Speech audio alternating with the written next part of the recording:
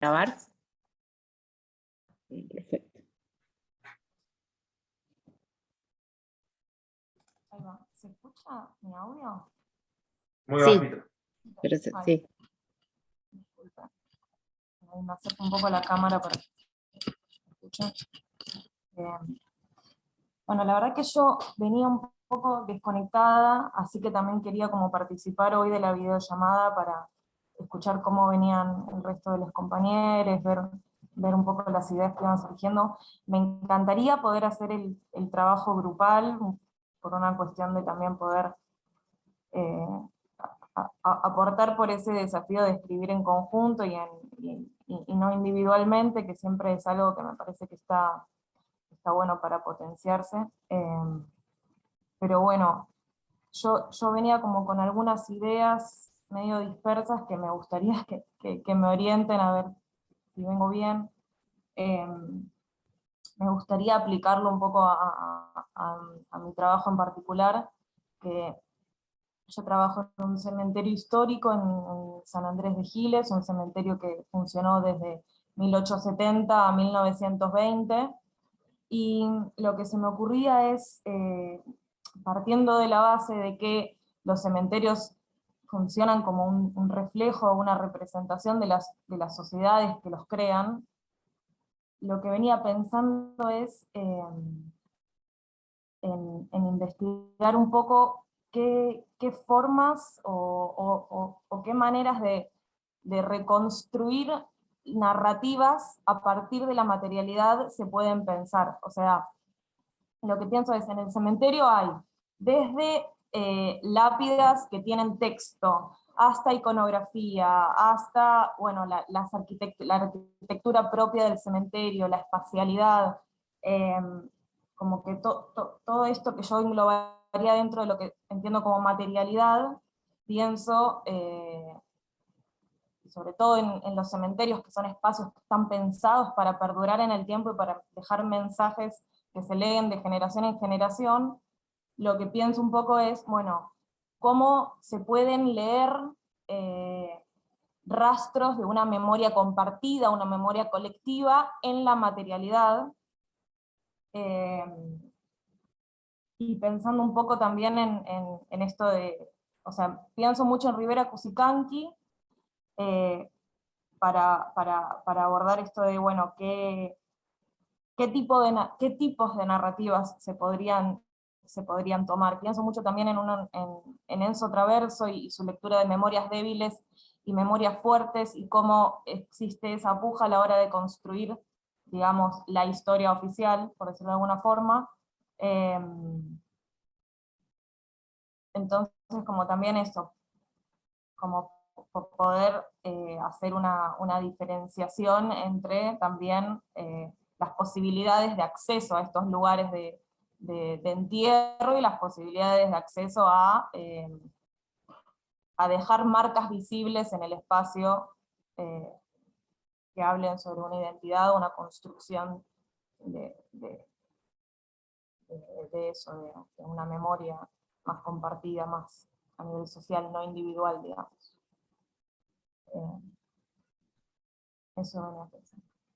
Está bueno, es interesante. Yo lo pondría un poco en línea con el laburo que planteó Lucía, donde vos te estás preguntando un poco porque a ver, hay unas palabras que dijiste reflejar, dijiste leer. Yo lo pensaría al revés, o sea, lo que pensaría es cómo justamente esto estructura una memoria colectiva, no como refleja. Así le das una cosa un poco más activa a lo material. Y lo que está bueno que pienses, si vas a laburar con el tema de memoria, aparte lo que está interesante de tu caso es que tenés un lapso temporal bastante acotado, lo cual te permite a vos jugar con escalas más micro. Vamos, hay un historiador que tiene un laburo del 89, se llama Paul Connerton, que se llama el libro How Society Remember, que es sobre el tema justamente de memoria, y él habla de dos tipos de memoria social, la memoria inscripta y la memoria incorporada. Ese mismo, sí, lo estoy usando como base fuerte. Bueno, a mí me parece que justamente, porque por lo que entendí, el cementerio tiene un lapso de ocupación de 50 años más o menos, de los 70 al 20, bueno, vos podés jugar con cómo el cementerio construye, o sea, ¿dónde estaría digamos, yo cuando te escuchaba me quedé pensando, bueno, ¿dónde estaría lo ontológico acá? Y me parece que el paleontológico puede estar en esto, en pensar la agencia del cementerio como lugar que estructura un tipo de memoria determinada, a partir de estos dos elementos, lo escrito y lo incorporado. Entonces, todo lo que tiene que ver con las lápidas, las inscripciones, cómo se circula, cómo está construido espacialmente el cementerio, te está hablando del escrito, mientras que todas esas actitudes corporales que las personas tienen que adoptar como consecuencia de ese diseño del espacio del cementerio, tendría que ser lo incorporado. Me parece que ya con esas tres cosas tenés para divertirte bastante. Está buenísimo. Ujú. Sí, yo pensé lo mismo, pensé cuando dijiste memoria, dije Connerton. Sí. Sí, aparte, justamente es el contexto ideal para jugar con las dos ideas de Connerton, porque el tema del incorporado para Connerton tiene que ver más con ceremonias conmemorativas, pero bueno, en cierta medida ir al cementerio es una ceremonia conmemorativa. No, es un espacio de memoria el cementerio. Por eso, Está, conceptualmente, Connerton te va a cerrar como piña, me parece. el trabajo tuyo, Martu, está muy vinculado con el de Mauro, ¿no? Mauro Claro, está trabajamos en el mismo sitio. por Sí. eso. Mauro, en teoría, está trabajando lo que es la estructuración del espacio a través del tiempo, el espacio de este cementerio, pero bueno, la interpretación es más desde la fenomenología y la percepción del espacio en esta interacción, pero sí tiene mucho que ver. Está bueno. Claro. Sí, incluso, a ver, ni siquiera hace falta que te preocupes por la variante cronológica. Digamos, vos lo que vas a hacer es tomar el cementerio como un todo ahora, como lo que se percibe ahora, y trabajar desde esa idea. Entonces no hace falta ni siquiera o sea, posiblemente sea un resultado de tu laburo decir, bueno, posiblemente esta parte es anterior, la otra es posterior, pero no es la pregunta. Yo la pregunta la llevaría por ese lado. Pensaría, y hay toda una corriente que está bastante buena, que a mí, bueno, yo estoy laburando bastante con eso, y por eso me interesa el tema, que también tiene que ver un poco con lo de Lucía, que es la idea de la biografía de los monumentos. O sea, pensar que estos espacios son espacios que tienen una historia de vida, casi como si fuera una persona o como cualquier otro artefacto, si lo pensamos desde la cadena operativa más clásica. Y bueno, ir entendiendo estas diferentes relaciones que se construyen con el lugar en estos diferentes momentos de su historia de vida, que eso también tiene un poco que ver con esto que comentaba Walter de las cuevas. Uno también puede pensar en la historia de vida de las cuevas y considerar que estas pinturas modernas que hoy se le dicen que fueran vandalismos, en realidad representarían una etapa diferente en lo que es la historia de vida de esos lugares. Esos lugares que obviamente están cargados de sentido y diferentes maneras de apreciaciones, pero me parece Y que está bueno. este cementerio, aparte, José, tiene una historia que está buenísima, porque en esos 50, un poco más de años, tuvo un montón de intervenciones, hasta fue el set de una película. Hoy en día se está resignificando en términos de patrimonio local, ¿no? Martu, es una cosa así. Y de hecho Pero en los 70, sí. Y de hecho en los 70 fue incluso un lugar de vivienda, un lugar habitacional para personas en hubo situación de ocupas en los calle. empleos, sí. Claro. Entonces, sí, fue resignificado un montón de veces en todo este tiempo. Recién se empieza a recuperar en el 2016. Sí, a nivel espacial a mí es un caso que me vuelve loca, me fascina, sobre todo bueno, tenía un muro perimetral que luego se tiró, se cayó, y a nivel estructural del espacio es un caso re interesante. Sí.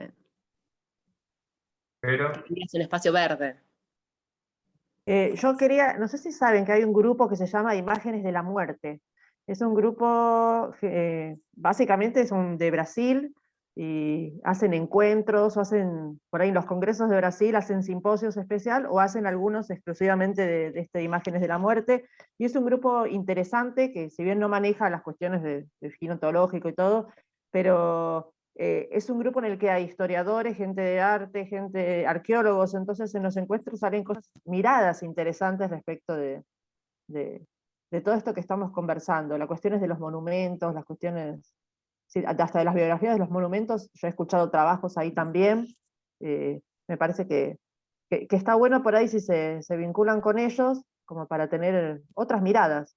Y es un lindo espacio de encuentro, además, donde uno puede plantear un montón de cosas y no es un ámbito áspero donde todo lo que digas va a ser usado en tu contra, sino es lindo para estar. Entonces, si no lo encuentran después por internet, de última les paso el mail de una de las chicas de allá para comunicarse. Compartirlo. Sí, a mí me interesa por mi trabajo. Nosotros acá gestionamos museos a cielo abierto, incluidos cementerios de la zona, digamos, estamos en el circuito turístico de Paraíso Aldeas, y me viene bárbaro. Yo estoy entrando en ese tema por trabajo, digamos, y sí, me encantaría hacer copia al paper para entrar a aprender. Muchas gracias. Buenísimo el tema. Dale, yo me fijo si está en internet y si no, en el grupo de WhatsApp les paso alguna información. Gracias.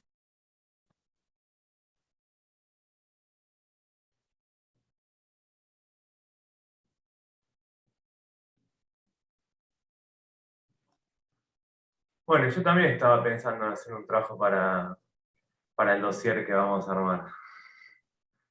Pero bueno, yo lo que quería trabajar es una cuestión por ahí un poco más teórica, y tiene que ver con las relaciones entre la ontología y la epistemología. O sea, la pregunta sería en qué medida nosotros podemos acceder a ontologías diferentes de las nuestras desde nuestra epistemología, o sea, de nuestras teorías del saber. Entonces, como poner un poco en juego estas relaciones entre el ser y el conocer, o sea, ver en qué medida uno puede, con nuestras herramientas, interpretar y construir ontologías diferentes sin justamente caer en una violencia epistémica. Pero bueno, recién está a nivel de pregunta, todavía no les puedo decir nada al respecto. Curiosos por leer el producto. Sí, de veras, qué tema interesantísimo, la relación entre ontología y epistemología, ¿no? Upa, es muy interesante. Vamos a ver qué sale. Bárbaro. ¿Qué se piensa de lo que se dicen, no? ¿O qué pensamos de lo que decimos? Sí, o que eso, o se puede pensar el ser desde otro tipo de ser fuera del que estamos acostumbrados nosotros. Sí. ¿Y ahí quién sería el nosotros? No, bueno, es una pregunta, es una postura crítica desde nosotros como investigadores e investigadoras preocupados por un giro ontológico, o sea, preocupados por justamente empezar a jugar con epistemes diferentes de la nuestra, pero o sea, uno puede acceder a ese episteme si no tiene todo un armazón de formas de conocer diferente también. Esa sería la pregunta. Yo ahí pensaba si es la misma la nuestra que la de alguien, un yanqui que va a Bolivia a estudiar y cómo puede acceder al conocimiento de él y nosotros. Y un arqueólogo andino, un arqueólogo que se autoidentifique como de una comunidad.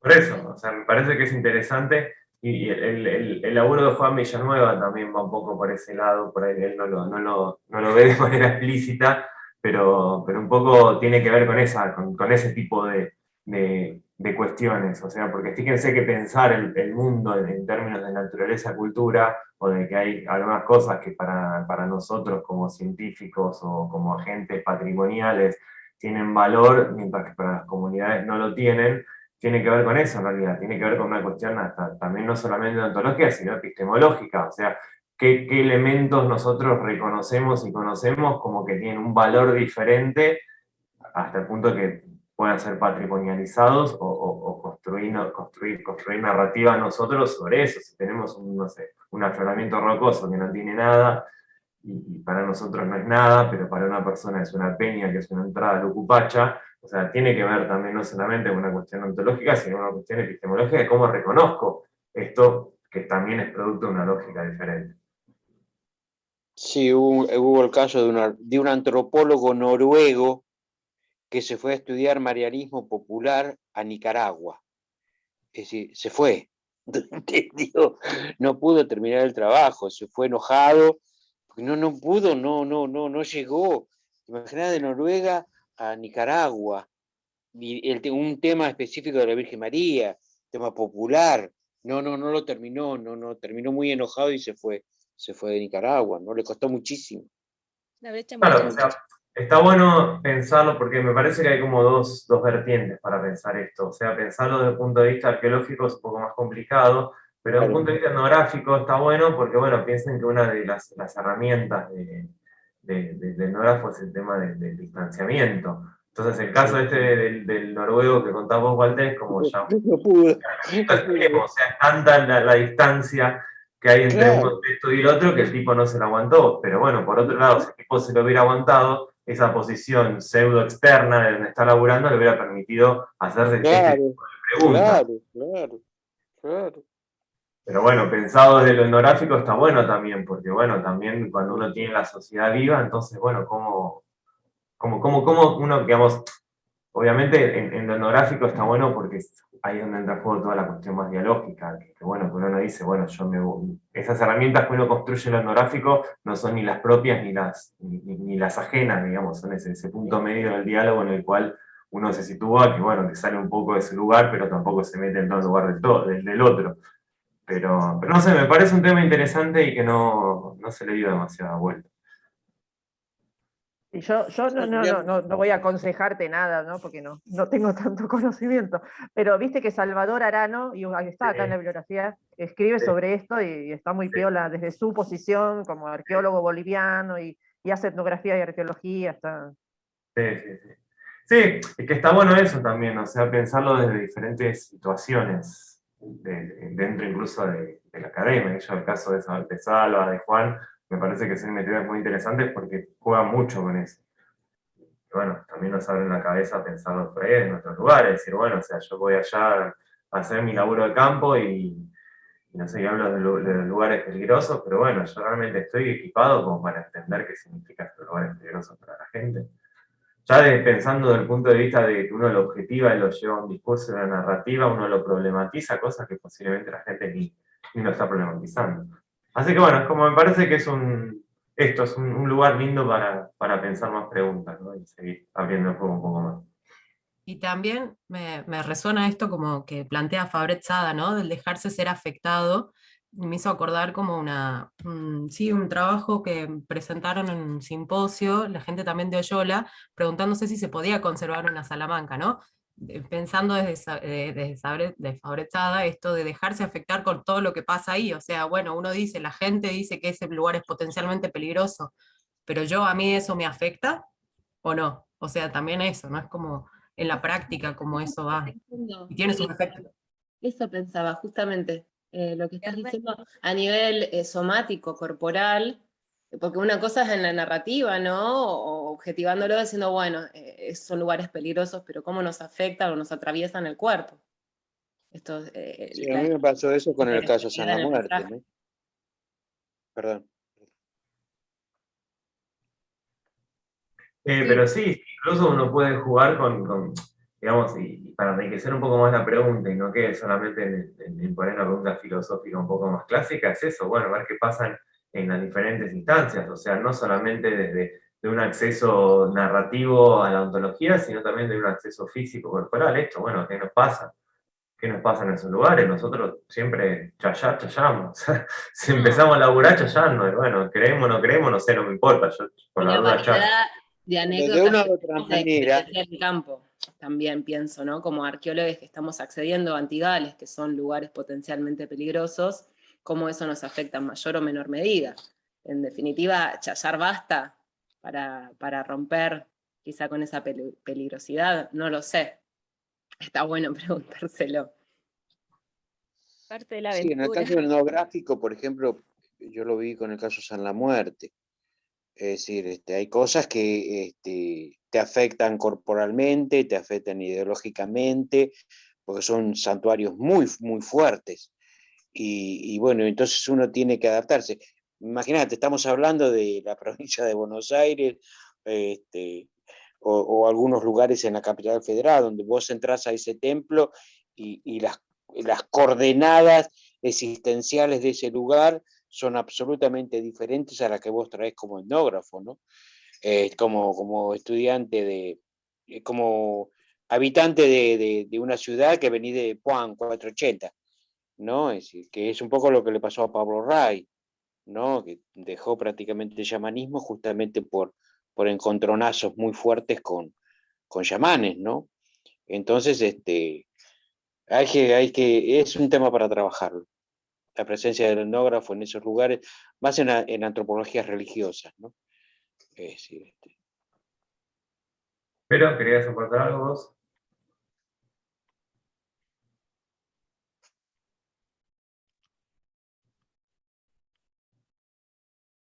Bueno, hemos cumplido las dos. Yo quería, va más que preguntar, como compartir algo que a mí sí es una inquietud, ¿no? Porque en esto de también estar, esto que dicen ustedes, Chayan, nosotros en el equipo también, es como pedir ese permiso, pero yo creo que también es una cuestión de que se empiezan a tejer reciprocidades o aprendizajes también, ¿no? Porque es como uno aprende eso allá, o sea, yo por ejemplo he aprendido a corpachar en el valle y se ha vuelto una práctica y ya, por lo menos personalmente para mí, no solo cuando voy a excavar, sino también cuando voy a hacer entrevistas, porque de alguna manera siento que es como excavar en la memoria de la gente, ¿no? Ir a buscar más allá y como esos saberes. Pero bueno, es como una valoración muy personal y que me interpela porque más allá de una práctica que la puedo realizar en territorio en el valle, es una práctica que yo la traigo a mi territorio acá, o sea, en mi casa también, o sea, el 1 de agosto corpacho y me encuentro también desde mis vivencias de haberme criado en Salto, Tucumán, algunas prácticas en común que comparto con la gente en el valle y que las pongo en diálogo también. Pero bueno, no sé si es algo como muy personal que me interpela, pero me parece que va también en eso de cómo uno se va tejiendo en esos territorios con la gente y que es una cuestión recíproca y de aprendizaje continuo y mutuo también, que te interpela, por supuesto. Es parte del diálogo. Parte del diálogo y es parte también del habitar, ¿no? O sea, de que uno cuando uno va a esos lugares, bueno, por lo menos en nuestro caso que somos gente porteña urbana, estamos habitando un espacio, un territorio ajeno. Entonces también jugar a ese juego, jugar al juego de la gente, significa juego y jugar no en el sentido despectivo, ¿no? Sino de meterse en ese universo práctico, que está bueno, porque también es esa experiencia de esa cercanía, lejanía que uno establece con la alteridad desde todo punto de vista. Y termina siendo un cohabitar, porque uno vuelve constantemente ahí. Exactamente, exacto. Bueno, gente, si les parece, vamos cerrando. Lo que les proponemos, estamos a 24 de junio. ¿Les parece que para el 24 de julio vamos a tener algo más o menos cerradito, como para ya empezar a pensar en la instancia de la publicación? 24 de julio como fecha de entrega sería. Yo diría 24 de julio como fecha de última charla de discusión y 1 o 2 semanas después hacer la fecha de entrega. O sea, vos decís un encuentro más. Claro, es un encuentro más dentro de un mes como para terminar de cerrar las cuestiones y a la 1 o 2 semanas de ese encuentro hacer la fecha de entrega. Pasa que también para la fecha de entrega, y esto nos comprometemos nosotros a laburar en el medio, es pensar dónde vamos a mandar el dossier para las normas. Así ya de paso matamos 2 pájaros de un tiro y ya pueden formatear la monografía en función de donde la vayamos a publicar. Bien, perfecto. Así sí, que bueno, perfecto. Sí, bueno, perfecto, bárbaro. Quedamos así. 24 de julio, que no sé qué día cae. Una pregunta. Sí. ¿Podemos incorporar otros autores a la monografía? Sí, ¿Es obvio. posible pensar? Obvio. Porque nos gustaría invitar a 2 personas en especial que trabajan violencia, en bioarqueología y en otras materialidades. Sí, totalmente. Bueno. Sí, Vero, mejor todavía, ¿no? Como abrir el diálogo. Buenísimo. Perdón, en cuanto a la extensión del trabajo, no habíamos hablado. No, porque eso dependemos, Walter, de dónde lo publiquemos. Ah, perfecto, perfecto, bien. Entonces no queremos decirle nada ahora porque por ahí...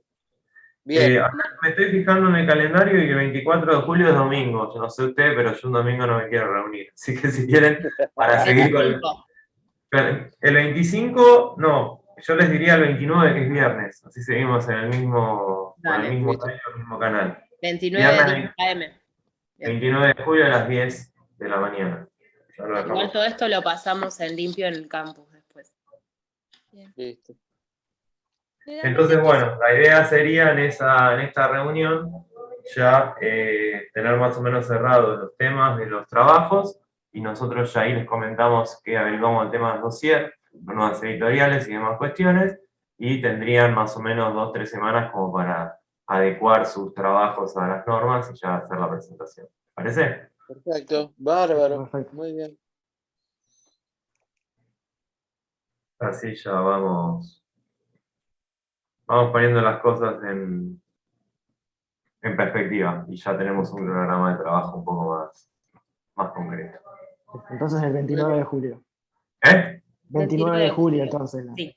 Exactamente, 29 de julio, viernes 29 de julio, 10 de la mañana. Igualmente, como dijimos antes, cualquier consulta, duda, cuestión que surja en el medio, si quieren hacer, nos pueden escribir a nosotros, o si quieren hacer terapia grupal, avisamos y los que estén disponibles se conectan y hacemos, charlamos entre los que estén. Mismos entre ustedes, si a alguno se le ocurre alguna bibliografía para recomendar a algún compañero respecto de los temas que planteó, se lo pueden intercambiar, es la idea del seminario, ¿no? Como aportar Sí. entre todos.